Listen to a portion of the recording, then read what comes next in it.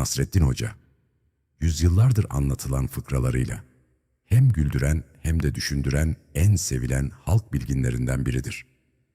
Aradan ne kadar zaman geçerse geçsin, onun nükteleri hala güncelliğini korur ve her yaştan insanın yüzünde tebessüm oluşturur. Neredeyse herkes Nasreddin Hoca'nın en az bir fıkrasını duymuş, bir sözünü hatırlamıştır. Biz de tek bir fıkrayla yetinmedik. Bu sayfada hocanın zeka dolu dünyasından derlediğimiz, birbirinden eğlenceli ve anlamlı kısa fıkraları bir araya getirdik. Hazırsanız hem kahkaha attıran hem de ince ince düşündüren Nasreddin Hoca fıkralarıyla keyifli bir yolculuğa çıkalım.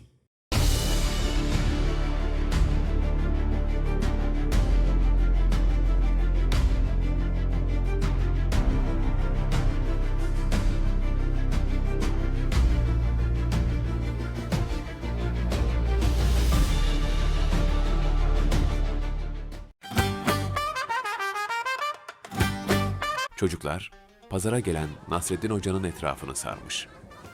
"Hoca, bana düdük al," demiş biri. Bana da," demiş bir diğeri. Diğerleri de sırayla Ben de düdük isterim. Bir tane de bana. demişler. Ama içlerinden sadece biri Nasreddin Hoca'ya düdük parası vermiş.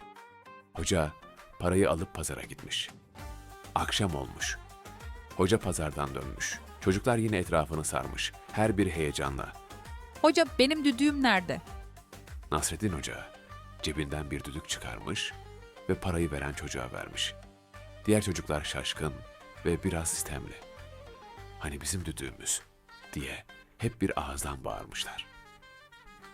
Nasreddin Hoca gülmüş ve şöyle demiş: "Parayı veren düdüğü çalar." Nasreddin Hoca bir gün gölün kıyısına gider. Elinde koca bir kaşık yoğurt.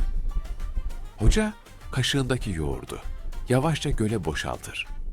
Tam bu sırada köylülerden biri onu görür, şaşkınlıkla yaklaşır Hoca, ne yapıyorsun? diye sorar. Nasreddin Hoca gülümser. "Gölü mayalıyorum, ne yapayım?" der. Adam hocaya bakar ve güler.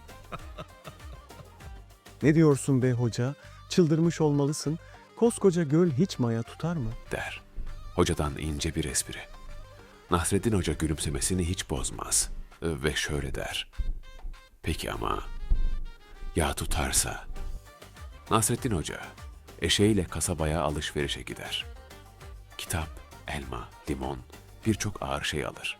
Hepsini kocaman bir çuvala yerleştirir. Sonra çuvalı sırtına alır ve eşeğine biner. Yolda giderken hocayı gören köylüler şaşkınlıkla sorar: "Ey hoca, çuvalı niye kendi sırtına aldın?" Nasreddin Hoca gülümser. "Ne yapayım? Zavallı hayvan zaten beni taşıyor. Çuvalı da ona taşıtmaya gönlüm razı olmadı."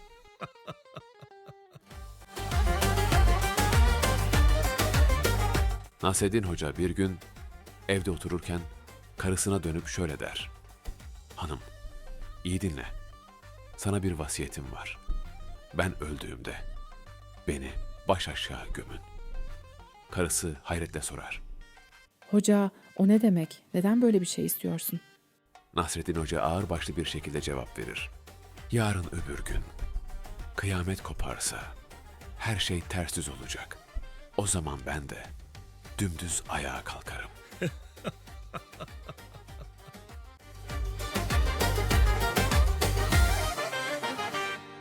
Nasreddin Hoca'nın 2 oğlu varmış. Oğullarından biri çömlekçilik yaparak geçimini sağlarmış. Hoca bir gün onu ziyarete gitmiş. Oğlu dertli bir şekilde anlatmış. "Baba, çok heyecanlıyım. Bütün paramı bu çömleklere yatırdım.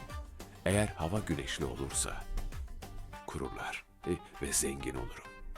Ama yağmur yağarsa hepsi çatlar ve anam ağlar." Hoca oradan ayrılmış ve diğer oğlunun yanına gitmiş. Onu da tarlasında dalgın dalgın otururken bulmuş. Oğlu iç çekerek demiş ki: "Ah baba, hoş geldin. Ben de bütün paramı bu tarlaya yatırdım. Eğer yağmur yağarsa zenginim. Ama kuraklık olursa her şeyimi kaybederim. Ve anam ağlar. Nasrettin Hoca eve dönmüş. Onu sıkıntılı gören karısı sormuş. Hoca, ne oldu? Canın neden sıkkın? Nasrettin Hoca derin bir nefes almış. Benim bir derdim yok, demiş. Asıl dert senin halin. Çünkü yağmur yağsa da yağmasa da oğlanlardan birinin anası ağlayacak.